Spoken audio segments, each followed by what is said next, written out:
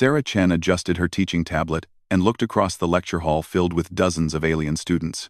The morning light from Kepler Station's artificial sun streamed through the massive windows, casting long shadows across the tiered seating, where beings from 17 different worlds sat waiting for her lesson to begin. At 23, Sarah was the youngest xenobiology professor in the Galactic Education Consortium's history. She was also the only human. Most of her students towered over her small frame, but she had learned that confidence and knowledge mattered more than size in the classroom. Today we'll continue our study of defensive adaptations across Deathworld species, Sarah announced, her voice carrying clearly through the hall's acoustic system. A few students shifted uncomfortably. Deathworld biology always made them nervous. In the front row, Kes Kanor, a Yatherian with crystalline blue skin, raised one of his 4 arms. Professor Chen, are we really going to examine more Earth creatures? Yesterday's lesson about your honey badger gave me nightmares. Sarah smiled.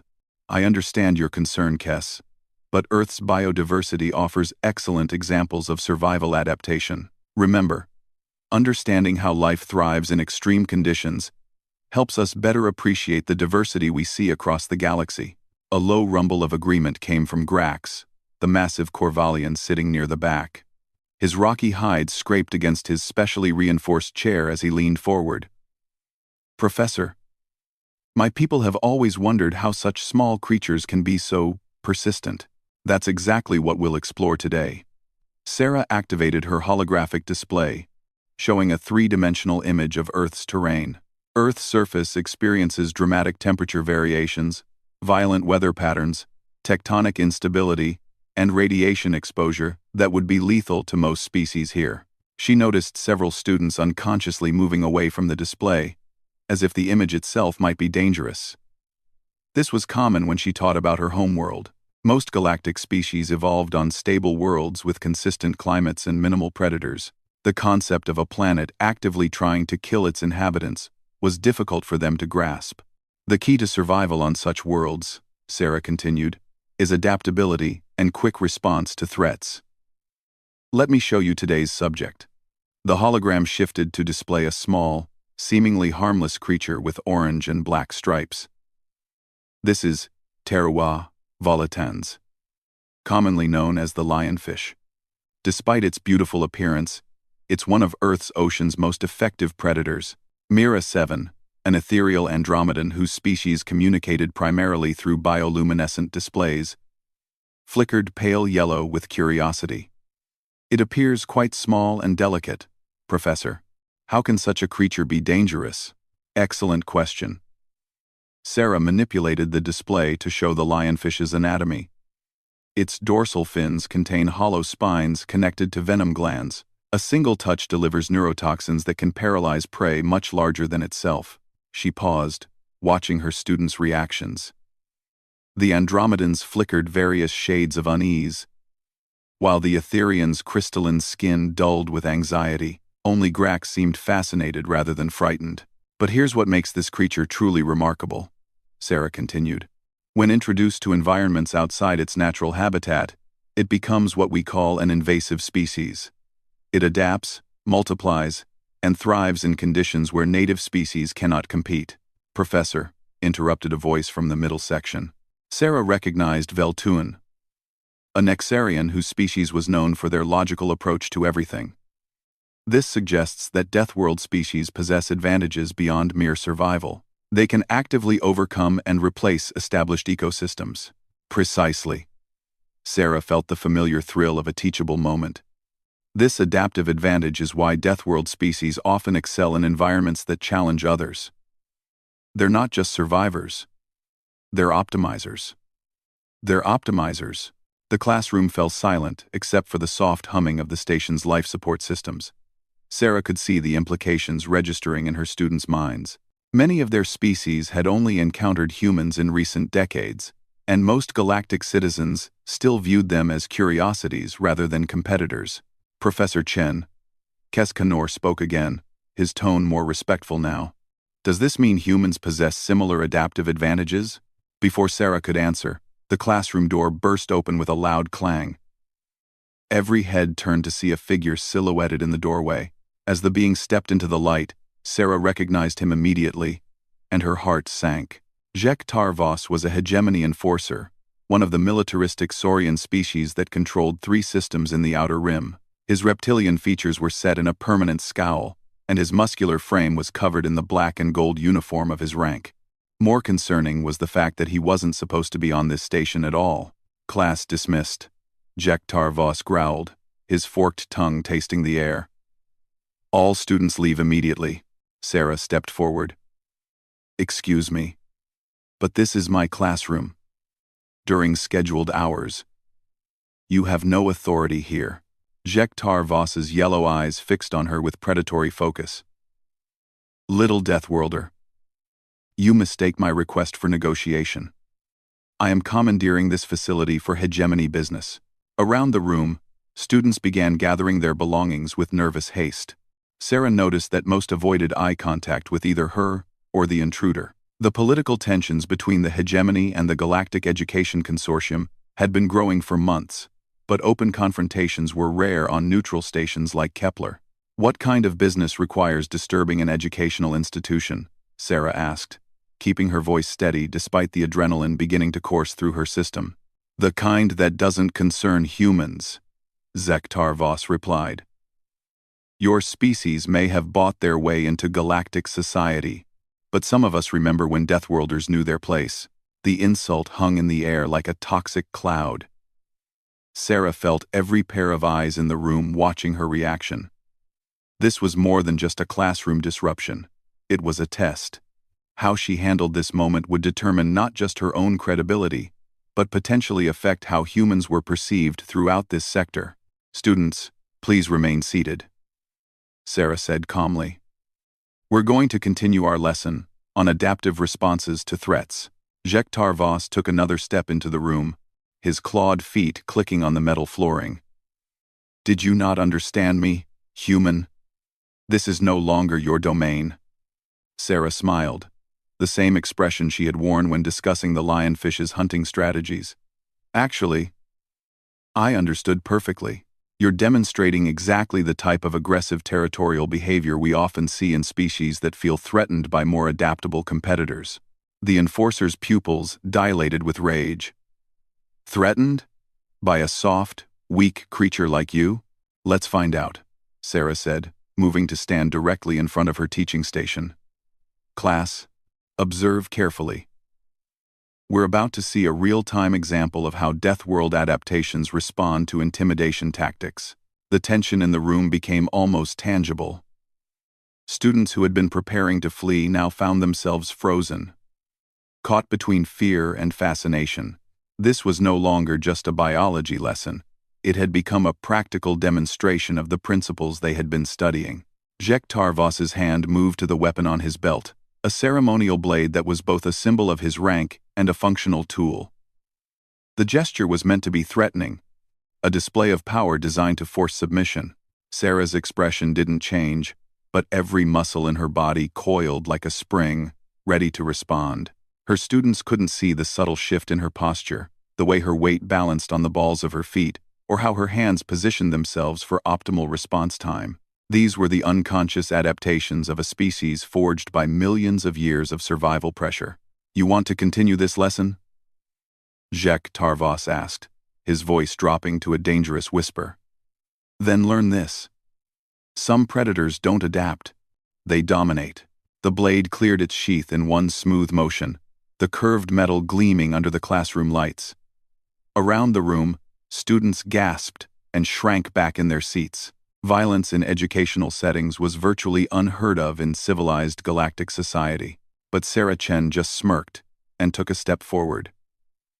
Interesting choice of weapon, Sarah observed, her voice maintaining the same educational tone she had been using moments before. The Saurian ceremonial blade. Curved design, approximately 30 centimeters long, weighted toward the tip for maximum slashing damage. Jek Tarvos snarled, clearly not expecting a lecture on his own weapon. Silence, human. Class, note the grip technique, Sarah continued, addressing her students as if this were a planned demonstration. See how the wielder's thumb is positioned along the spine of the blade? This is typical of species that rely on raw strength rather than precision. Very effective against unarmored opponents who panic and flee. The enforcer's yellow eyes blazed with fury. I said silence. Sarah turned to face him fully, her hands clasped behind her back in a posture that appeared completely non-threatening. But you're the one who wanted to continue the lesson on predator behavior. Surely you don't object to educational analysis? You mock me? Jektar Voss stepped closer, the blade weaving through the air in what was clearly meant to be an intimidating display. I could gut you where you stand. Could you? Sarah tilted her head with genuine curiosity. Class, what do we know about threat displays in the animal kingdom? Grax, the Corvallian, spoke up despite his obvious nervousness. They're usually used to avoid actual conflict, Professor. Real predators tend to attack without warning. Excellent observation, Grax. Sarah's eyes never left Jektar Voss as she spoke. Threat displays serve to establish dominance without the risk of injury. They work best when the target species has evolved to respond with submission behaviors. The Saurian's grip tightened on his weapon. You think your words will save you? I think my words are saving you, Sarah replied simply. You see, there's something my students have been learning about Deathworld species that you might find educational. She began walking slowly toward him, her movements fluid and relaxed. Several students gasped, but none could look away. The tension in the room had become electric. Earth species don't just adapt to threats, Sarah explained, continuing her approach. We adapt to predators. Do you know what the difference is? Jektar Voss raised his blade threateningly, but something in Sarah's demeanor made him hesitate. Stay back. Threats can be environmental, Sarah continued, now close enough that the blade was mere inches from her. Storms, earthquakes, temperature extremes. But predators are different. Predators have intent. They plan, they hunt, they kill. Her hand moved with casual smoothness, faster than the eye could follow. One moment Jektar Voss was holding his ceremonial blade. The next it was spinning through the air to clatter harmlessly across the floor. The enforcer stared at his empty hand in shock, his brain struggling to process what had just happened. And when a species spends millions of years being hunted by predators, Sarah said, now holding the confiscated blade and examining it with academic interest, they develop some very specialized responses. The classroom was dead silent. Every student sat frozen, watching their small human professor casually handle a weapon that had been threatening her moments before. Even more shocking was that she showed no signs of stress, anger, or triumph. She simply continued the lesson as if disarming armed opponents was a normal part of her teaching routine. Mira 7. Sarah called to the Andromedan student, who flickered rapid patterns of amazement. Can you tell the class what you observed?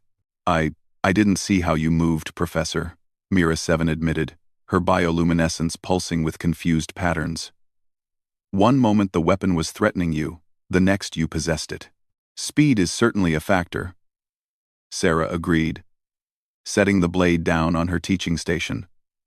But more important is pattern recognition and response conditioning. Kess, what did you notice about the enforcer's attack pattern? Kess K. Nor's crystalline skin had turned a pale, shocked blue. He telegraphed his movements.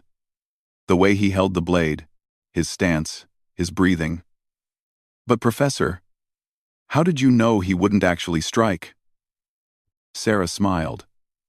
Because I was paying attention to the real threat indicators, not the theatrical ones. Veltuun, as our resident logician, what would you conclude from this demonstration? The Nexarian took several moments to compose his thoughts. That Deathworld species possess combat awareness that exceeds their apparent physical capabilities. The human's response was not emotional or reactive, but analytical and precise. Very good. Sarah picked up her teaching tablet again. Now, Jektar Voss, would you like to contribute to the discussion, or shall we continue without your input? The Saurian enforcer had backed toward the door, his pride warring with his survival instincts. This isn't over, human. Actually, it is, Sarah replied pleasantly. You see, This entire exchange has been recorded by the classroom's standard educational monitoring system. I'm sure your superiors in the hegemony will be very interested to see how their representative conducted himself during a diplomatic education mission. Jektar Voss's eyes widened as he realized the implications.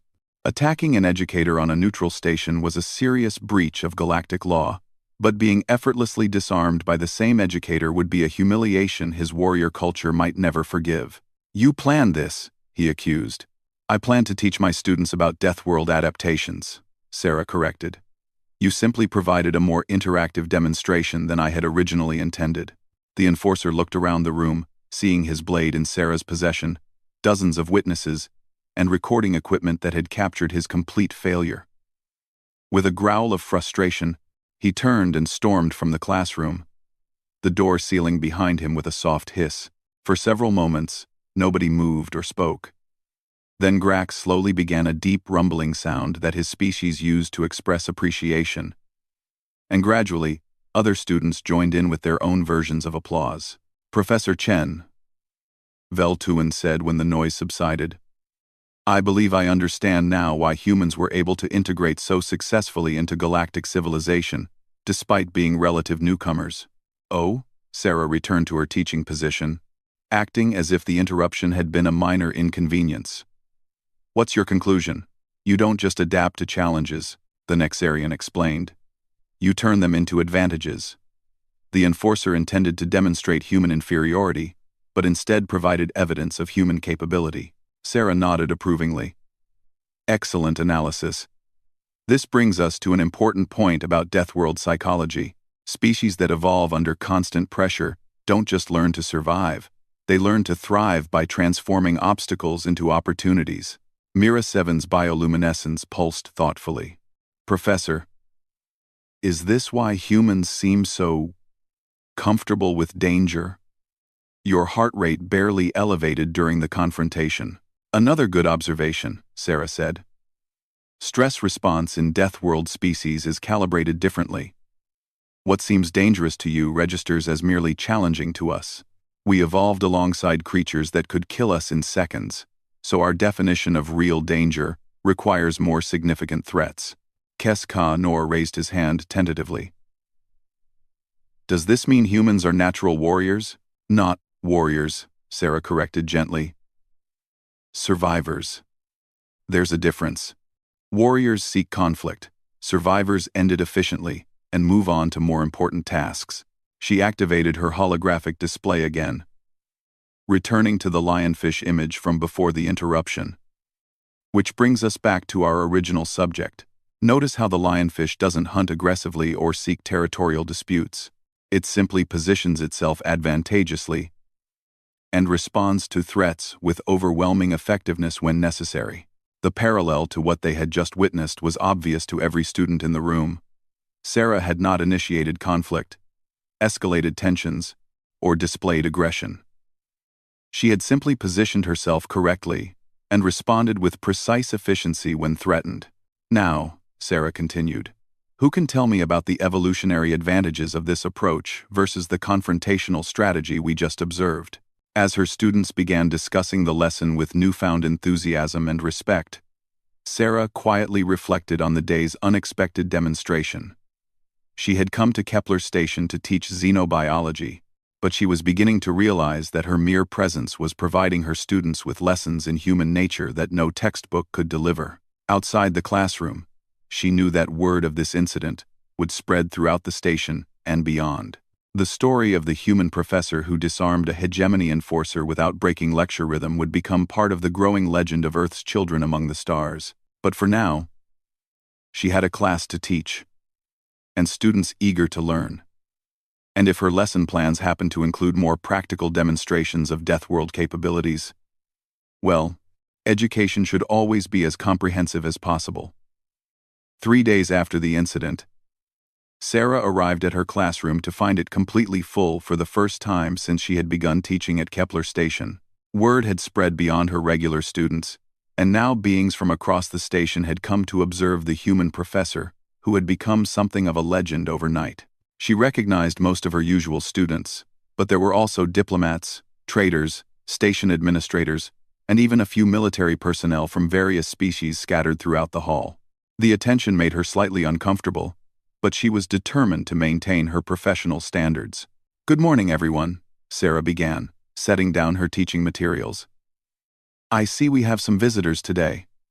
Welcome to Xenobiology 340. Comparative Adaptation Strategies." She noticed that Jek Tarvos's ceremonial blade still sat on her teaching station, where she had left it 3 days ago. Station security had asked if she wanted it removed, but she had declined. It served as an excellent visual aid for today's lesson. "Before we continue our study of Deathworld species," Sarah announced, "I want to address the questions I've been receiving about recent events in this classroom." The room fell completely silent.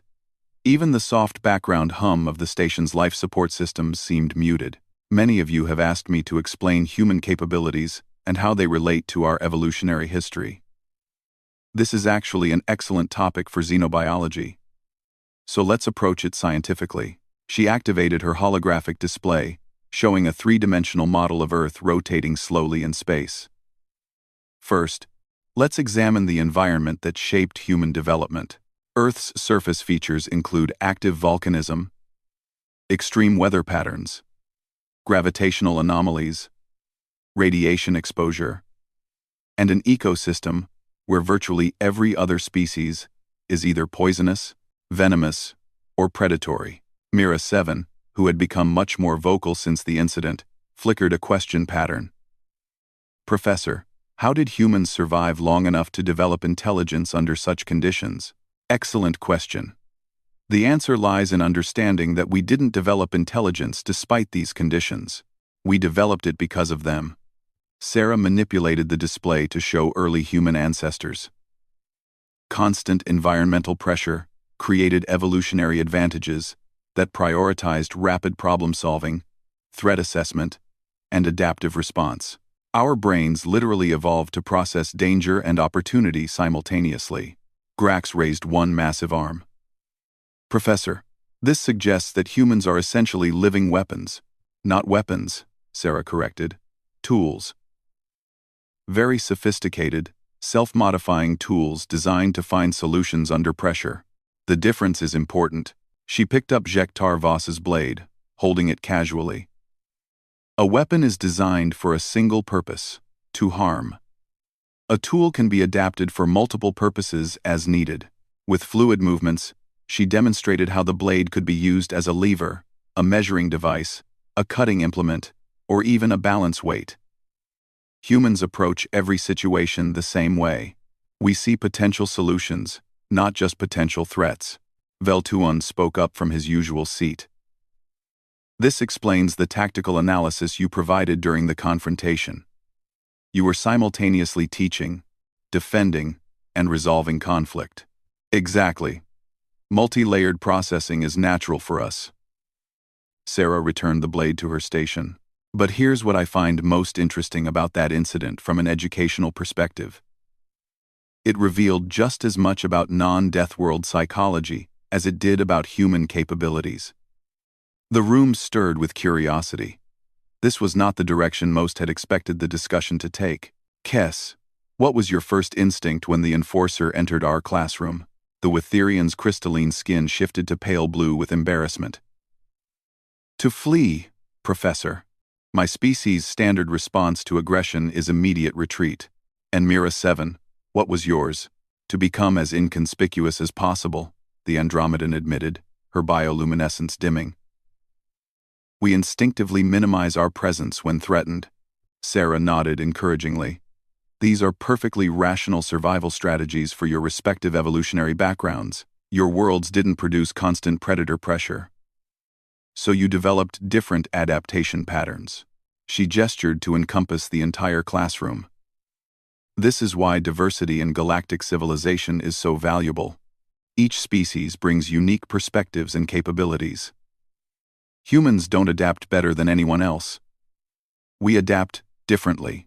"But Professor," interrupted a new voice from the back of the room. Sarah looked up to see Ambassador Rethan Ka-Thul, the station's chief diplomatic representative and a member of the council species known for their political acumen. Recent events suggest that human adaptations may be superior in certain contexts. With respect, Ambassador, that's a dangerous oversimplification, Sarah replied. Let me demonstrate. She called up a new holographic display showing a complex mathematical equation. Veltuun. Could you solve this quantum mechanics problem? The Nexarian studied it for barely 30 seconds before providing the correct answer. Simple application of Heisenberg uncertainty principles with dimensional folding. Mira 7, could you identify the emotional states of everyone in this room? The Andromedan's bioluminescence shifted through subtle patterns as she scanned the gathered beings. Fear diminishing to curiosity in the newer attendees.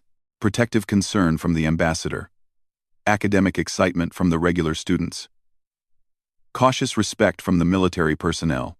And Grax, if we needed to modify this room's structural integrity to accommodate seismic activity, what would you recommend? The Corvallian's eyes lit up with enthusiasm. Reinforce the support beams with crystalline matrices. Install flexible joints at stress points. And add dampening fields to the foundation anchors. Sarah smiled as understanding dawned on faces throughout the room. Each of these solutions would be impossible for me to provide. Human adaptability doesn't make us superior. It makes us specialized for certain types of challenges.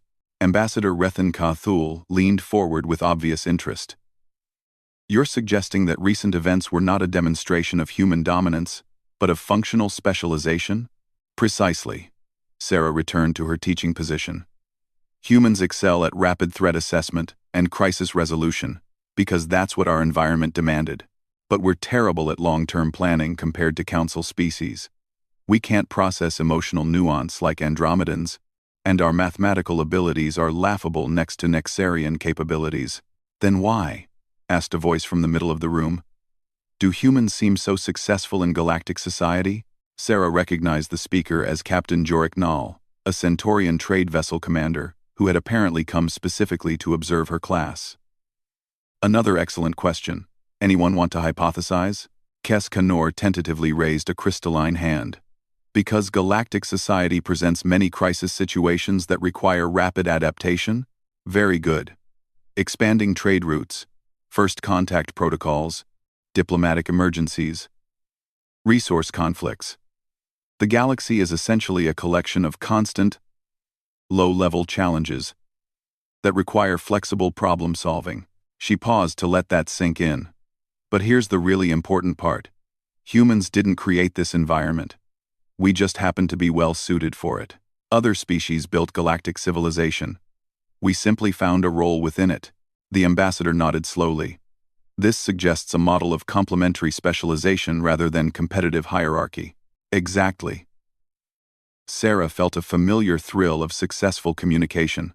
Every species brings essential capabilities to galactic civilization. Humans contribute rapid adaptation and crisis management, but we need Nexarian logic, Andromedan empathy, council wisdom, and dozens of other specialized abilities to make the whole system function. Captain Jorik Nall stood up suddenly. Professor, I have a confession to make. I came here today expecting to assess whether humans represent a threat to established galactic order. And what have you concluded? That we've been asking the wrong question entirely. The captain's expression showed newfound understanding. The question isn't whether humans are dangerous to our society. It's whether our society is dangerous enough to need human capabilities. The room erupted in discussion as beings throughout the hall began talking among themselves, processing the implications of this perspective shift. Sarah let the conversation develop naturally, watching as her students and visitors worked through their evolving understanding. When the noise finally subsided, Grax spoke up with characteristic directness. Professor, what happened to Enforcer Jektar Voss? He returned to hegemony space yesterday, Sarah replied. According to diplomatic channels, he'll be reassigned to duties more suited to his particular skill set. You could have destroyed his career. Ambassador Rethan Kathul observed. The recording of that incident could have been used to humiliate his entire species. Sarah shrugged. What would be the point? He made a mistake based on incomplete information. Now he has better information. That's what education is for. The ambassador studied her for a long moment. You realize that response demonstrates exactly the type of long-term strategic thinking that supposedly isn't a human strength? Maybe, Sarah smiled. We're all still learning what our actual capabilities are. As the class period drew to a close, Sarah noticed that the atmosphere in the room had fundamentally changed. The fearful curiosity of the past few days had been replaced by something that felt more like genuine respect and collaboration. For our next lesson, she announced, we'll be exploring symbiotic relationships in multi-species environments. I encourage you all to think about how different capabilities can complement each other, rather than compete. As beings began filing out of the classroom, many stopped to speak with her personally. Diplomatic representatives wanted to schedule formal discussions about human integration policies. Military personnel asked about joint training programs. Traders inquired about human adaptability in extreme environment commerce. But most satisfying were her regular students, who approached her with the same enthusiasm for learning they had always shown, now enhanced by a deeper understanding of what education could accomplish. Mira 7 was the last to leave, her bioluminescence showing patterns Sarah had learned to recognize as deep thoughtfulness. Professor, you taught us something today that wasn't in any curriculum. What was that? That strength isn't about being able to defeat others. It's about being able to help others succeed. As Sarah packed up her teaching materials and finally returned Jektar Voss's blade to station security, she reflected on the unexpected directions her career had taken. She had come to Kepler Station to teach xenobiology. But somehow, she had ended up teaching something much more important. How different beings could work together to become stronger than any of them could be alone. The blade incident would be remembered throughout the sector as the day a human professor disarmed a hegemony enforcer without missing a beat in her lesson. But Sarah knew the real lesson wasn't about human capabilities at all. It was about the power of education to transform fear into understanding, and competition into collaboration. And that, she thought as she headed home through the station's corridors, filled with dozens of different species, going about their daily lives in peaceful cooperation, was a lesson worth teaching.